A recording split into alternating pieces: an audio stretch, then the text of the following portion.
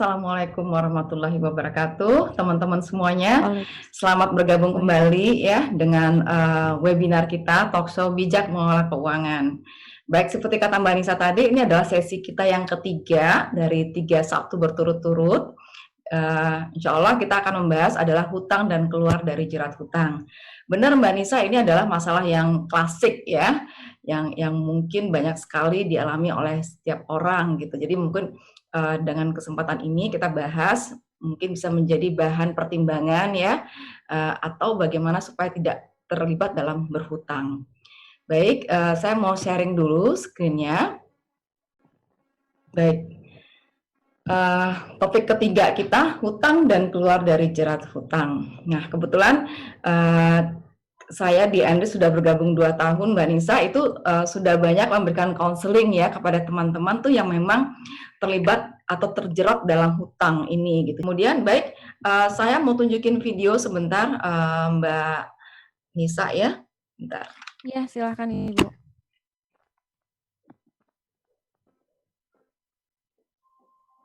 Ini Siti. Siti bekerja di Hong Kong sebagai pekerja migran. Ini pertama kalinya dia bekerja di sini. Namanya Maya. Dia juga pekerja migran, sudah lebih lama di Hong Kong. Mereka berteman baik. Mereka menghabiskan waktu bersama, bertemu setiap hari Minggu. Maya sangat baik pada Siti. Dia menemaninya jalan-jalan di sekitar Hong Kong. Kadang-kadang, Maya juga suka mentraktir makan. Suatu hari, Maya minta tolong Siti. Keluarganya di kampung tertimpa banjir.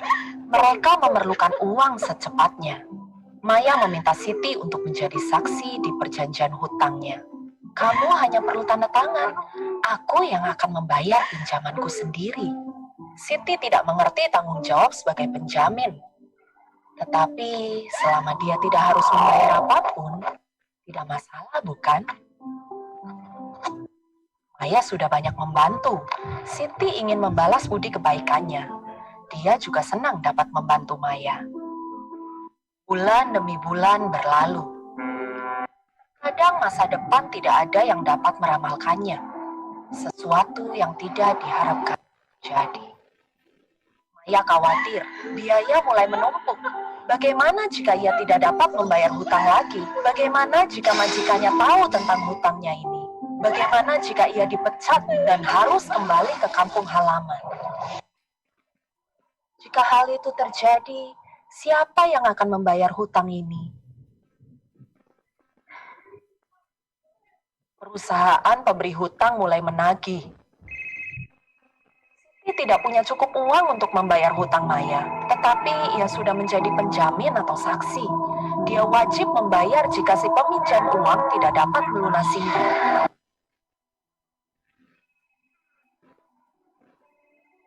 Bagaimana jika perusahaan peminjam uang memberitahu majikannya? Bagaimana jika ia kehilangan pekerjaannya? Mengapa semua ini terjadi? Dapatkah Siti membuat pilihan lain? Mungkin sulit atau sungkan, tetapi kita tidak harus selalu berkata iya kepada teman. Siti menyadari ia tidak dapat mengambil resiko menjadi penjamin untuk Maya. Tetapi ia masih ingin membantunya. Ketika Siti tiba di Hong Kong, ia mendengar tentang lembaga yang mengajarkan kelas pelatihan keuangan untuk pekerja migran. Ini pasti dapat membantu mereka berdua. Dengan cara ini, Siti dan Maya tetap berteman baik, berkembang bersama, dan tetap mendukung keluarga mereka di kampung halaman.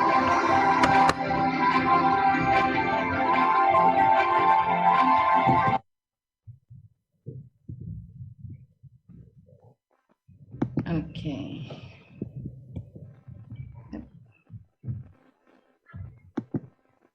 Oke, baik ya. Sebalik kita ke kasus tadi Siti tadi ya. Jadi ini kalau kita perhatikan nih Mbak Nisa, ada istilah saksi dan penjamin. Jadi sebenarnya istilah yang sering digunakan oleh teman-teman ini saksi sebenarnya, yang sering mereka katakan, oke, aku jadi saksi dari temanku yang ngutang gitu loh. Sebenarnya bukan saksi, karena kalau saksi sendiri itu hanya adalah orang yang menyaksikan suatu terjadinya hutang piutang gitu. Itu adalah saksi. Nah, tapi ternyata kebanyakan, maka mungkin semuanya yang bertanda tangan sebagai saksi tadi itu adalah penjamin. Artinya apa? Penjamin di sini di saat temannya berhutang, si saksi yang istilahnya saksi tersebut adalah penjamin, dia itu kalau temannya tidak mampu membayar hutang, yang dicari oleh perusahaan peminjam hutang uang itu adalah si penjamin ini gitu loh. Nah, kebanyakan teman-teman ini nggak ngerti. Jadi contoh dari Siti dan Maya tadi. Jadi contohnya adalah di mana Maya itu mereka berteman baik, kemudian suatu saat Maya itu butuh uang. Nah, biasanya di Hong Kong ini setiap yang butuh uang tersebut yang ingin melakukan pinjaman, mereka harus membawa saksi. Nah, sebenarnya bukan saksi ya, tapi penjamin sebenarnya. Nah, kadang-kadang karena teman-teman ini begitu tanda tangan di kontrak perjanjian tidak membaca apa kewajiban mereka sebagai penjamin ini. Nah, padahal di sana kadang-kadang tertulis tuh bahwa si penjamin ini berkewajiban kalau yang meminjam uang tidak mampu membayar atau tidak membayar pinjamannya, maka kewajiban dibebankan kepada penjamin. Ini banyak terjadi. Jadi teman-teman tuh banyak tuh yang ini Bu, uang nggak saya pakai sama sekali, uang teman saya Bu. Nah, masalahnya begini, kenapa kok tiba-tiba banyak kejadian seperti Maya ini yang tidak mampu bayar? Banyak kasus, ada Maya yang lari, yang kabur, sehingga mau nggak mau orang seperti Siti inilah yang menanggung bebannya. Atau Maya berniat membayar, tapi ternyata musibah terjadi. Mungkin tiba-tiba dia dipecat dari pekerjaannya, atau mungkin dia harus pulang karena kondisi keluarga di Indonesia. Berarti kan kalau dia pulang dia nggak punya uang. Akhirnya apa? Akhirnya Siti yang membayar pinjamannya.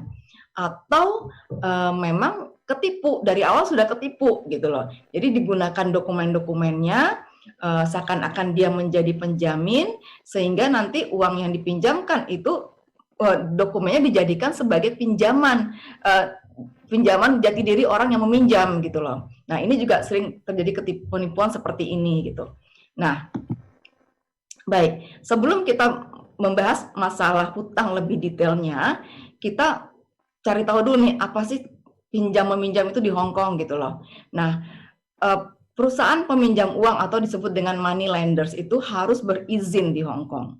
Jadi kalau teman-teman meminjam uang kepada teman yang ada bisnisnya, misalnya harus membalikan pakai bunga, tapi kalau minjam pribadi, teman baik minjemin uang nggak apa-apa, tapi kalau dengan niat berbisnis itu nggak boleh, ya, itu malah bisa diadukan ke polisi, dianggap pelanggaran pelanggaran hukum, itu yang pertama ya. Kemudian juga banyak teman-teman di sini yang menggunakan misalnya menggadaikan paspor ke orang pribadi gitu, itu juga salah. Kenapa? Karena mereka tidak berizin. Jadi money lenders atau pemberi pinjaman uang ini harus punya izin, dan biasanya izin perusahaan tersebut ada di kantor, bisa itu dipampang difigurain biasanya. Jadi teman-teman bisa lihat apakah ini perusahaan punya izin atau tidak. Itu penting sekali ya. Yang kedua adalah pemberi pinjaman uang ini ada terikat dengan peraturan-peraturan gitu. Jadi mereka tuh karena mereka punya izin, mereka ada peraturan-peraturan yang mereka harus taati. Nah, kemudian banyak juga dari teman-teman ini beranggapan bahwa oh, money lender itu sama dengan bank. Enggak. Jadi kan saya pinjam di mana, Mbak? Saya pinjam di bank ini. Bukan. Kalian meminjam bukan ke bank, tapi ke money lenders atau pemberi pinjaman uang yang fokus kegiatan atau bisnis mereka itu hanya memberikan pinjaman uang. Kalau bank itu lebih banyak kegiatannya. Jadi nggak hanya sekedar minjam uang, kita bisa menabung, bank juga ada ekspor impornya, ada menerbitkan mungkin surat pinjaman dan lain sebagainya. Jadi berbeda sekali bisnis antara money lenders dengan bank ini. Jadi mereka itu adalah money lenders ya, bukan bank. Nah, kemudian usaha punya uang hanya boleh dilakukan oleh perusahaan yang memiliki benar sama. Jadi pertama yang tadi itu adalah ada 2.300. Nah, yang sekarang ini peminjam itu harus didasari perjanjian pinjaman yang ditandatangani peminjam dalam waktu 7 hari. Artinya apa di sini? Kalau teman-teman melakukan pinjam-minjam uang, itu harus ada kesepakatannya. Sama ya kalau kita di Islam juga gitu ya, setiap ada perjanjian pasti harus ada hitam di atas putihnya, itu penting sekali. Jadi teman-teman juga dan harus mendapatkan kopinya selama dalam waktu 7 hari tersebut gitu loh. Nah, kemudian dalam perjanjian tersebut tercantumlah misalnya jumlah pinjamannya, tingkat bunga efektifnya per tahun ya, kemudian ketentuan bayarnya kapan, berapa lama membayarnya, kemudian juga harus ada misalnya alamatnya, tanda tangan, nama yang meminjam, dan jadi harus ada keterangan yang rinci dalam perjanjian pinjaman tersebut. Nah, kemudian hal yang lain yang itu tingkat bunga. Nah, ini saya tadi ngomong masalah tingkat bunga. Tingkat bunga di Hong Kong itu sangat tinggi, ya. Kenapa? Terutama masalah pinjam-pinjam uang ini ya, itu 48% per tahun. Karena mungkin resikonya mereka juga tinggi, maka mereka menetapkan tingkat bunga yang tinggi. Nah, kemudian itu adalah normal. Jadi 48% per tahun ini adalah normal. Jadi kalau misalnya teman-teman pinjam uang 10.000, teman-teman tuh harus balikinnya itu sebesar 14.800, jadi lebih besar 4.800-nya gitu loh. Nah, kemudian tingkat bunga yang berikutnya adalah 40-60%. Ini disebut dengan pemerasan. Nah, ini kalau kita nggak mampu, kita bisa banding ke pengadilan bahwa ini terlalu besar misalnya, saya nggak mampu karena terlalu besar. Nah, kalau sudah di atas 60%, ini dianggap pelanggaran. Jadi kita bisa adukan. Nah, kemudian juga praktek yang tidak diperbolehkan dalam pinjam-pinjam ini adalah bunga berbunga. Jadi kayak zalim yang namanya kalau saya bilang ya. Jadi udah bunga dikenain bunga lagi. Kemudian juga larangan mencicil karena namanya pinjaman ya dicicil gitu loh. Nah, kemudian juga mereka itu mengenakan biaya-biaya lainnya, kadang biaya administrasi lah, pokoknya semua biaya dikumpulkan kemudian dibebankan kepada si peminjam, itu nggak boleh, peraturannya nggak boleh gitu loh. Nah, kemudian paspor, dokumen-dokumen pribadi ya seperti paspor, Hong Kong ID, kemudian kontrak kerja, dan dokumen-dokumen pribadi lain tidak boleh dijadikan jaminan. Jadi kalau misalnya biasanya tuh kalau perusahaan resmi dia tidak akan meminta dokumen resmi kita, dokumen asli kita, paling dia cuma fotokopi. Nah, kadang-kadang perusahaan-perusahaan yang tidak resmi ini yang selalu kadang-kadang namanya menggadaikan paspor atau kontrak kerja asli diminta gitu ya. Maka itu teman-teman paspor, Hong Kong ID, kontrak kerja itu harus kalian pegang sendiri karena itu adalah dokumen kalian, terutama paspor ya. Paspor itu kalau kita di luar negeri itu adalah nyawa kita. Jadi jangan pernah memberikan paspor kepada orang lain ya tanpa ada suatu tujuan. Misalnya kalau misalnya kita ke KJRI, of course karena kita memperpanjang paspor, misalnya kita harus berikan. Tapi juga nanti dibalikin gitu loh. Nah, atau mungkin kebutuhan dokumen, misalnya mau bikin visa, misalnya itu juga pasti ada. Tapi kalau misalnya untuk perusahaan-perusahaan minjam uang ini jangan pernah memberikan paspor kita ya, karena itu adalah nyawa kita di luar negeri gitu loh. Ya, jadi jangan pernah terjadi lagi gitu.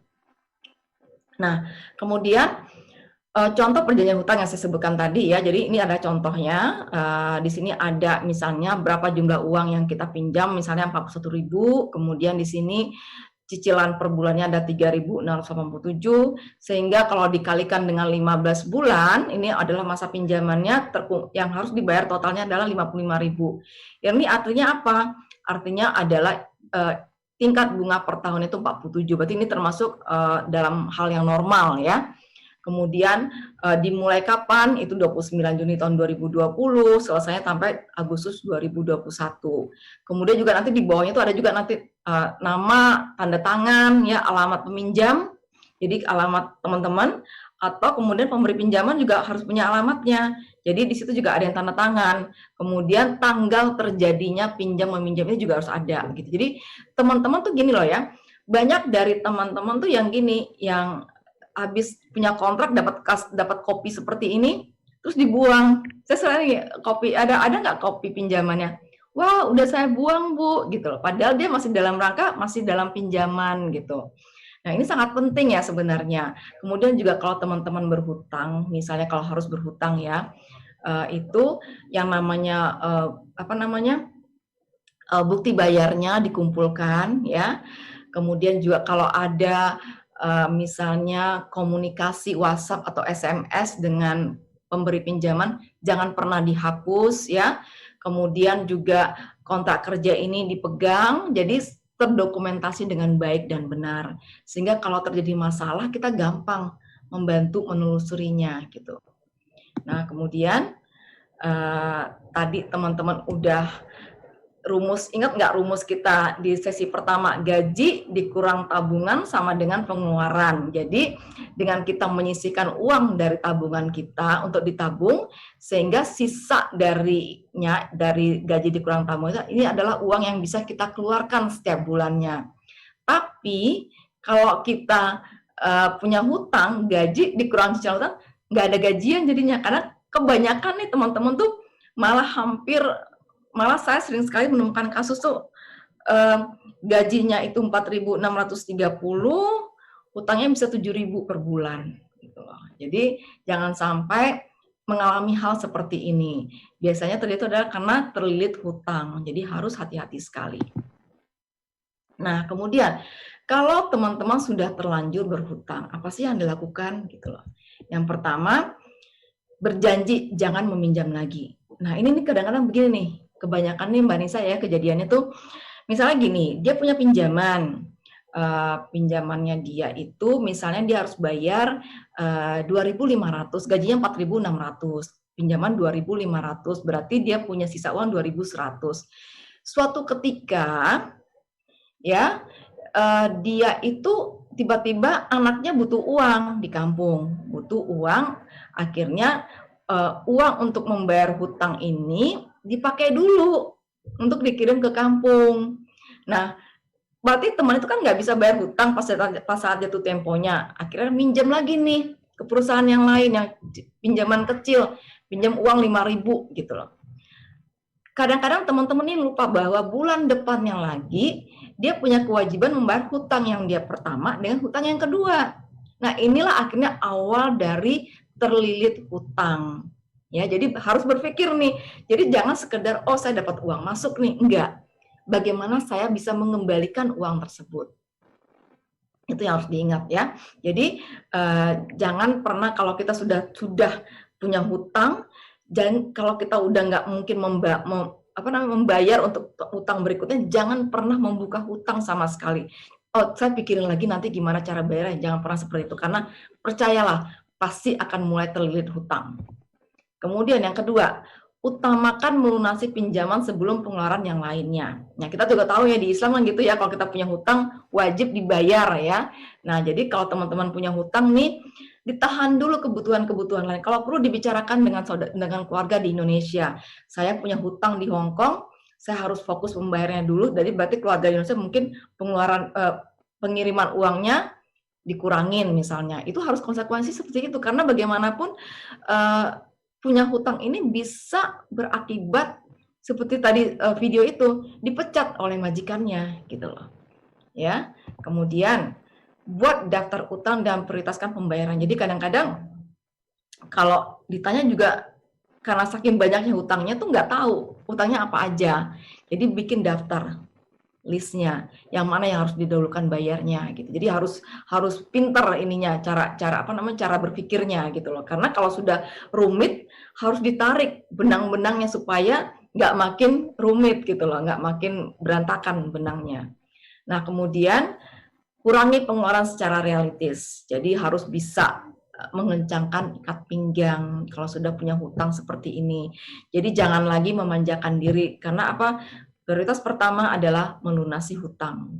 Jadi harus dibicarakan dengan keluarga di Indonesia, mungkin yang kita juga liburnya juga mungkin harus ditahan belanjanya ya, dan mungkin kalau punya barang yang bisa atau punya barang yang bisa dijual untuk membayar hutang tersebut gitu loh.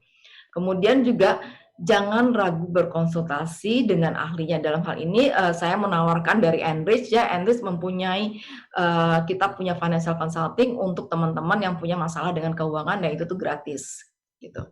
Nah, kemudian jika perlu bicarakan dengan pihak peminjam uang untuk restrukturisasi hutangnya tersebut sehingga nanti jumlahnya bisa diturunkan, tentu dengan konsekuensi pembayaran termin bayarnya lebih panjang gitu. Tapi itu udah itu mendingan daripada tidak membayar sama sekali karena sudah tidak mampu membayarnya lagi. Jadi mendingan diperpanjang terminnya sehingga kita bisa mampu menyicil setiap bulannya. Nah, itu dia kurang lebih Mbak Nisa penjabaran saya untuk masalah hutang dan keluar dari jerat hutang. Terima kasih. Assalamualaikum. Waalaikumsalam. Terima kasih Ibu Media sudah memaparkan materinya yang sungguh luar biasa menarik dan insya Allah bisa menjadi penggugah atau inspirasi gitu ya bagi para buruh migran Indonesia yang ada di Hong Kong. Nah, silahkan, saya persilahkan bagi ibu-ibu yang sudah bergabung di Zoom maupun di Facebook, apabila ada yang ingin ditanyakan kepada Ibu Media Putri, saya persilahkan.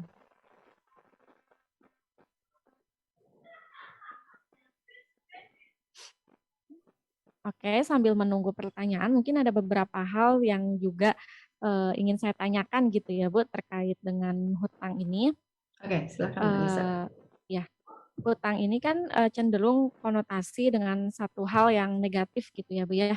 Tapi ada nggak Bu suatu kondisi di mana kita itu dalam hal tersebut lebih baik berhutang gitu daripada kita menabung, kemudian dengan menabung tersebut otomatis kita memerlukan jangka waktu yang cukup panjang gitu ya ketika kita ingin menabung dan bisa jadi karena tidak dipungkiri bahwa adanya inflasi gitu ya, harga tahun ini dan harga tahun depan itu belum tentu sama gitu. Jadi peluangnya itu lebih baik berhutang sekarang gitu daripada kita mengumpulkan uang di waktu yang akan datang itu inflasinya sudah tinggi dan dengan harga uang yang sekarang misalkan 250 juta itu nanti barang tersebut nggak akan senilai harga saat ini gitu. Saat itu gitu ya. Nah, menurut Ibu Media menanggapi kondisi yang seperti itu, apakah lebih baik berhutang atau kita menabung aja dulu gitu, Bu? Baik, terima kasih Mbak Nisa. Jadi apakah ada situasi yang membuat kita lebih baik berhutang daripada kita menabung karena mungkin suatu alasan gitu ya. Jadi pada dasarnya hutang ini adalah kayak emergency exit ya. Jadi jalan keluar yang yang darurat lah katakan gitu ya. Jadi kalau ditanyakan apakah lebih baik berhutang atau tidak, sebaiknya jangan. Kenapa saya katakan seperti itu? Karena begini, terutama saya katakan tadi di Hong Kong ya, kita ngomongin di Hong Kong karena kan teman-teman PMI ini banyak kan bekerja di Hong Kong dengan punya gaji tertentu, kemudian nah kita tahu tingkat bunga di Hong Kong sangat tinggi. Terutama untuk meminjam dari money lenders, jadi dari perusahaan peminjam uang tadi ya. Paling kecil tuh di bawah 40 itu paling cuma 47, 45. Itu kan cukup tinggi sebenarnya ya. Berarti kalau kita pinjam uang 10, kita harus balikin kurang lebih tuh 15.000 lah gitu loh misalnya. Berarti kan cukup gede. Nah, jadi jangan jadikan hutang ini sebagai jalan keluar yang penting yang darurat saja sebenarnya gitu loh. Itu yang pertama alasannya. Nah, alasan yang kedua adalah teman-teman di sini itu sangat riskan sekali misalnya terjadi pemutusan hubungan pekerjaan. Ya, kenapa? Karena bisa jadi misalnya majikan meninggal. Nah, kadang-kadang langsung pekerja migrannya langsung diberhentikan, itu yang pertama. Atau kadang majikannya emang nggak suka lagi gitu loh, diberhentikan. Atau majikannya kena PHK gitu, diberhentikan. Atau mungkin justru ada juga majikan yang tidak suka punya pembantu yang punya hutang gitu loh. Jadi banyak alasan. Nah, kemudian hal ini untuk menghindari hal seperti itu sebaiknya jangan berhutang jadinya gitu loh. Ya, karena apa? Karena bisa jadi 1 bulan saja tidak bekerja, biasanya nih yang saya tahu nih, yang pengalaman saya nih, kan tadi kan saya bilang maksimal 30% berhutang itu 30% dari gaji kita. Berarti kalau teman-teman gaji 4.600 tuh kurang lebih 1.500 ya. 30%-nya. Berarti 1.500 untuk berhutang. Itu jarang sekali yang punya hutang seperti itu. Kebanyakan tuh hutang itu 3.000, cicilan 2.500, kadang 3.800 gitu loh. Jadi sekali dia tidak mendapatkan gaji, Ya, berarti kan kalau dia berhutang kan besar kemungkinan dia tidak punya tabungan, ya. Mhm. Nah, berarti nanti begitu sekali dia tidak punya gaji, itu dia sudah harus, cari jalan untuk dapat pinjaman, untuk bayar cicilan ini. Sementara kalau misalnya dia dapat pinjaman dari tempat lain, bulan depannya dia harus bayar 2 sumber hutangnya kan, Mhm. hutang yang lama dengan hutang yang baru yang untuk, membayar tombokan tadi gitu. Akhirnya itulah awal kenapa banyak teman-teman yang terlibat hutang. Dari situ awalnya, jadi terlilit hutang jadinya, karena itu tadi, karena, sempat terjadi musibah, kemudian tiba-tiba akhirnya tadinya dia berencana, "Oh saya bisa bayar kok per bulan," tapi yang namanya musibah kita kan nggak tahu kapan terjadinya. Mhm. Nah tiba-tiba begitu, dan kalau kalau saya pribadi sarankan sebagai seorang muslim, ya hutang dengan bunga itu kasihnya ke riba gitu loh, kalau saya gitu Iya, ya. Jadi heeh. jadi, jadikanlah itu sebagai, jalan keluar darurat. Kalau saya sarankan kalau ditanya, apakah boleh berhutang? Karena bagaimanapun karena tingkat bunganya cukup tinggi, bagaimanapun inflasi tidak akan membuat, harga itu akan naik seperti itu tadi, akan naik harganya jadi melebihi, bunga tadi 48% Mhm, tadi mhm. gitu loh, gitu. Kalau kondisinya di Indonesia bagaimana itu, Bu, menurut Ibu Media? Nah, Kalau di Indonesia kalau kan Indonesia bunga nggak misalnya, sampai 48% ya, Bu.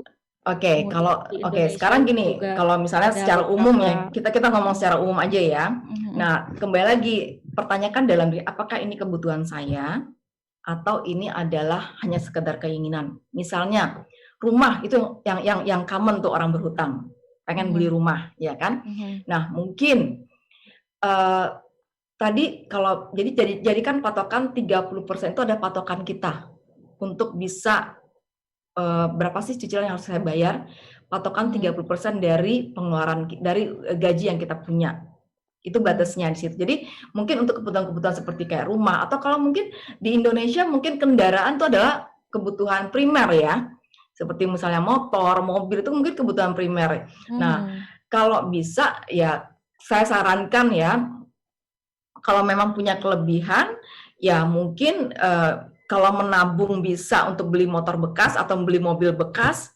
lakukanlah itu. Tapi kalau misalnya oke, saya bisa kok nyicil, kebetulan mungkin, tingkat, cicilannya tidak terlalu tinggi misalnya gitu ya. Oke bisa, tapi mungkin, sesuaikan, jangan sampai besar pasak daripada tiang. Jadi kadang-kadang kan orang gini, kemampuannya misalnya pengen harusnya bisa beli mobilnya apa tuh misalnya ya, misalnya Innova, bukan Innova, apa mhm, sih namanya, saya nggak tahu merek mobil di Indonesia ya. Misalnya mobil yang harga 200 juta misalnya, mhm. kemampuannya mobil 200 juta, tapi dia beli yang 500 juta gitu. Kenapa? Karena pengen kelihatan keren dong kalau mobilnya 500 juta gitu loh. Gengsi. Nah, gengsi. Nah, jadi kalau kita mau ngutang, buang tuh gengsi jauh-jauh. Karena ngutang Mhm, itu tetap juga itu adalah kebutuhan yang dijadikan kebutuhan yang emergensi, kebutuhan yang mendadak aja, atau kebutuhan yang memang sangat dibutuhkan seperti tadi kayak mungkin rumah. Karena kan kalau misalnya nggak beli rumah mungkin bakal tinggal di situ lama, ya sudah akhirnya mau nggak mau kita kan butuh rumah. Ya udah sesuaikan dengan, kebutuhan kita, berapa kemampuan kita, batasnya 30% dari gaji kita. Nah, mhm, yang sering kita alamin, juga kasus nih teman-teman PMI ya, kan bergaji di Hong Kong, mhm, kemudian bikin rumah di Indonesia. Nah, mhm. sebenarnya dari segi logika nih, itu tuh bisa banget gitu loh. Ya karena kan teman-temannya gajinya kan cukup gede ya Mbak Nisa Iya, ya. besar sekali, mhm. Nah, masalahnya itu tadi gengsi tadi. Jadi pengen bikin rumah tuh yang gede Mmm, gitu loh. Nah, jadi harus diingat ya, rumah itu kalau ditinggali itu bukan investasi, tapi itu adalah kebutuhan ya, iya, yang akan nanti perlu biaya-biaya. Jadi mhm, teman-teman tuh harus ingat bahwa punya rumah besar memang kelihatannya seperti, "Wah, megah, ini hasil kerja keras saya." Tapi mhm, suatu saat teman-teman akan balik ke Indonesia dan tidak punya gaji. Bayangkan di saat itu rumah itu butuh perawatan yang sangat besar, misalnya sudah bocor atapnya, dindingnya harus dicat, atau mungkin, lantainya sudah mulai retak, pokoknya banyak kebutuhan ya. Atau mungkin mhm, malah listriknya karena rumah besar, listriknya juga besar. Nah, sementara teman-teman sudah tidak punya pendapatan lagi. Nah, ini nih yang jadi ribet kan. Jadi pada saat, mhm, mereka di Hong Kong, untuk mensupport rumah besar itu tidak masalah. Tapi begitu pulang ke Indonesia, sudah tidak punya penghasilan, jadi masalah besar karena rumah itu yang kalau ditinggal tuh adalah biaya gitu loh. Apalagi kalau rumah kalau sudah lama, sudah 15 tahun kan itu sudah butuh biaya banget gitu, biaya renovasi, rombak dan lain sebagainya. Nah, sementara sementara gaji sudah tidak ada gitu. Jadi harus matang-matang berpikir gitu sebelum kita memutuskan untuk berhutang gitu atau membuat sesuatu, membeli sesuatu gitu Mbak Nisa. Kalau tadi kan kasus-kasus yang Ibu Media paparkan itu lebih ke hutang konsumtif ya Bu ya. Nah, saya juga pernah mendengar Bu kalau untuk hutang produktif itu secara apa ya, teori keuangan mungkin ya, itu nggak apa-apa katanya gitu, diperbolehkan. Karena dengan hutang itu justru kalau misalkan udah ada perusahaan, sebuah perusahaannya sudah besar, bisa memotong pajak gitu ya. Nah, kalau ini kaitannya dengan misalkan ada BMI, kemudian dia memikirkan jangka panjang gitu ya, bagaimana dia setelah dari Hong Kong di Indonesia, nah kemudian dia merintis usaha dengan cara berhutang ketika di Indonesia, ambil utangnya di Indonesia gitu ya. Menurut pandangan Ibu Media bagaimana Ibu? Ya, kasus seperti itu. Baik, terima kasih Mbak Nisa. Jadi tadi tuh saya pernah di awal saya katakan hutang baik dan hutang buruk ya. Jadi hutang buruk itu yang konsumtif, hutang baik itu seperti kata Mbak Nisa tadi, hutang yang kira-kira akan memberikan penghasilan di kemudian hari gitu ya. Nah, baik kita lihat jadi kebetulan kita itu memberikan kelas namanya Setting Up My Business, itu membuat usaha sendiri judul kelasnya. Nah, di kelas ini kan kita perlu modal gitu ya. Nah, biasanya kita sarankan ke teman-teman itu, kalau kalian sudah tahu kira-kira pengen berbisnis apa, cari ilmunya di saat bersamaan, mulai kumpulkan uangnya. Makanya kenapa ada tujuan, ya, ingat nggak pelajaran yang pertama? Kita harus menulis tujuan kita apa nih? Kita pengen bikin misalnya bikin usaha A, B, C, bikin usaha A misalnya, atau sekolah anak, atau jadi kita sudah mulai menyicil menyicil kondisi berapa uang yang kita butuhkan untuk modal usaha. Itu yang pertama. Jadi saran kami di Enrich itu adalah kumpulkan dana, kumpulkan modal untuk usaha. Nah, untuk usaha pertama ya, Enrich tidak menyarankan untuk berhutang. Kenapa? Karena begini Mbak Nisa, kalau kita baru bikin bisnis nih, ada nggak kemungkinan gagal? Ada banget Bu. Ada banget. Apalagi kalau kita baru nyoba-nyoba nih ya. Saya pengen beternak sapi, kan belum pernah ternak sapi nih. Pengen coba ternak sapi. Saya pernah tuh. Jadi saya pernah baru aja 2 minggu lalu saya punya klien ya dari teman-teman teman PM ini.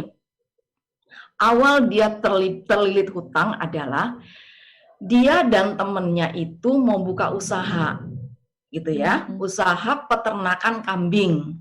Temennya yang ngerjain, dia yang modalin. Oke ya. Nah, kemudian dengan berharap nanti dia akan punya pemasukan dari bisnis tersebut. Nanti mungkin dalam sekian tahun, dalam sekian bulan dia sudah mulai memetik hasilnya lah gitu ya. Nah, kemudian peternakan kambing atau ayam, saya lupa deh kita peternakan. Nah, kemudian dia pinjam uang nih. Bisnis pertama dia pinjam uang, dia kirim ke temannya itu, terus temannya meninggal. Apakah dia menduga temannya akan meninggal? Enggak kan? Tapi qadarullah temannya meninggal. Uangnya nggak tahu kemana karena nggak ada yang ngurusin. Berarti dia harus membayar cicilan-cicilan tersebut, gitu ya. Itu yang kemungkinan yang pertamanya. Kemungkinan yang kedua, usahanya gagal. Nah, kalau usaha sudah gagal, tadi kan kita berharap dengan kita berbisnis, kita bisa mendapatkan pendapatan yang membantu kita untuk menyicil hutang kita, gitu dong mikirnya. Nah, tapi karena kita belum bisa berbisnis, akhirnya uang kita malah rugi dari segi bisnisnya karena belum ada keuntungan. Kemudian juga kita harus membayar hutang kita. Akhirnya ini rugi, ini kita harus juga keluar uang, dua-duanya keluar uang. Nah, tapi kalau misalnya kita sudah punya bisnis, kita pengen kembangin, itu boleh tuh, mungkin kita perlu tambahan modal gitu ya, itu kita mungkin dengan berhutang dengan untuk pengembangan modal bisnisnya, itu mungkin tidak mengapa. Tapi kalau untuk pertama kali berbisnis, sebaiknya ini terutama orang yang baru mulai bisnis saya sarankan ya. Pertama karena kita tidak tahu apakah bagaimana nanti prospek bisnisnya, bagaimana apalagi kalau kita di sini lagi yang dikerjain di Indonesia, kita harus benar-benar orang yang bisa dipercaya gitu ya. Jangan sampai nanti kita udah kirim uang, ternyata uang kita hilang begitu saja gitu. Jadi sebaiknya yang kita sarankan adalah mendingan bisnis dari kecil dulu. Jadi modalnya kita kumpulin, misalnya setahun kita kumpulin, kan kita nggak harus buru-buru bikin bisnis gitu loh. Jadi makanya penting sekali namanya perencanaan keuangan itu sangat-sangat penting sekali agar kita terkontrol kemana uang kita akan kita keluarkan.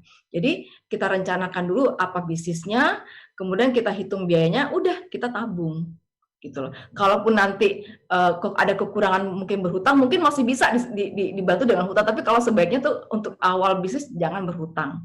Karena itu ada kemungkinan resikonya mungkin dia gagal atau lain sebagainya. Atau mungkin malah orang yang di Indonesia, orang yang tidak dipercaya misalnya. Jadi siapa tahu uangnya bisa hilang gitu saja. Gitu Mbak Nisa. Iya, intinya big no ya Bu ya untuk berhutang. Ya, sebaiknya karena hidup Dari tanpa gitu ya. hutang itu tuh free ya. Kita jadi, dan sebenarnya kalau kita mau berpikir, khusus untuk teman-teman PMI ya, kalau kita mau berpikir jernih gitu ya, dari tadi kan teman-teman nggak punya uang, ya, tiba-tiba ke Hong Kong dengan uang yang cukup gede. Nah, kalau teman-teman itu mau belajar mengelola uang dengan benar ya, gitu ya, itu dalam waktu 2 tahun, 2 kontrak itu sebenarnya sudah cukup banyak mengumpulkan uang gitu loh. Asal jangan sampai karena punya gaji gede tiba-tiba gaya hidup berubah, tiba-tiba pengen sibuk bangun ini, akhirnya beli ini. Jadi akhirnya uang, saya sering sekali saya itu memberikan konseling ya, udah kontrak keempat, kontrak kelima, berarti udah 8 tahun, 10 tahun di Hong Kong, punya hutang sampai 80.000, 100.000. Bayangkan, sudah itu kan ini sekali ya, saya tuh sampai nggak tega gitu, aduh ini sudah sekian tahun di Hong Kong, harusnya uangnya sudah banyak gitu ya, tapi malah minus gitu. Kenapa? Karena kan tidak pintar mengelola keuangannya.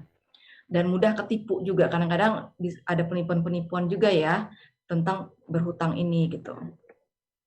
Akan Oke, kita gitu Mbak bahas Nisa. di Nanti pertemuan besok ya Bu ya. pertemuan berikutnya investasi bodong dan penipuan-penipuan lainnya. Jadi kalau sesi ini kita bahas khusus untuk orang yang butuh uang ya berhutang.